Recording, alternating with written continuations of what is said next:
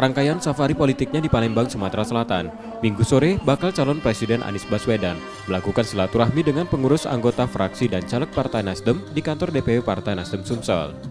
Pada silaturahmi itu, Anies menegaskan kembali tentang gerakan yang diusung Koalisi Perubahan yang salah satunya Partai Nasdem adalah gerakan yang mengusung prinsip toleransi, kebersamaan, dan kesetaraan. Gerakan tersebut sudah dilakukan saat dirinya menjadi Gubernur DKI Jakarta, yang dikatakan Anies mampu membuat situasi ibu kota negara itu kondusif, tidak ada konflik sosial dan konflik lain yang berunsur sara. Hal itu juga yang perlu disampaikan saat mereka melakukan kampanye terhadap framing yang selalu diarahkan pada dirinya tentang intoleran, agar dikonter dengan bukti.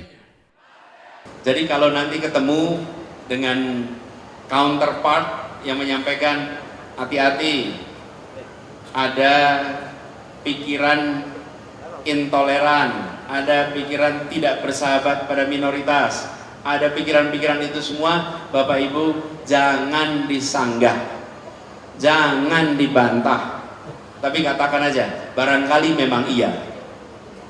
Barangkali memang iya. Lalu beri pertanyaan, bisakah ditunjukkan buktinya? Bisakah ditunjukkan faktanya? Dan saya jamin buktinya, faktanya tidak akan pernah bisa dimunculkan. Anies Baswedan menegaskan, jika Sumsel menjadi daerah kemenangan, optimis Sumatera juga menjadi basis kemenangan Partai Nasdem dan calon presiden yang diusung. Tim Liputan, Kompas TV, Palembang, Sumatera Selatan.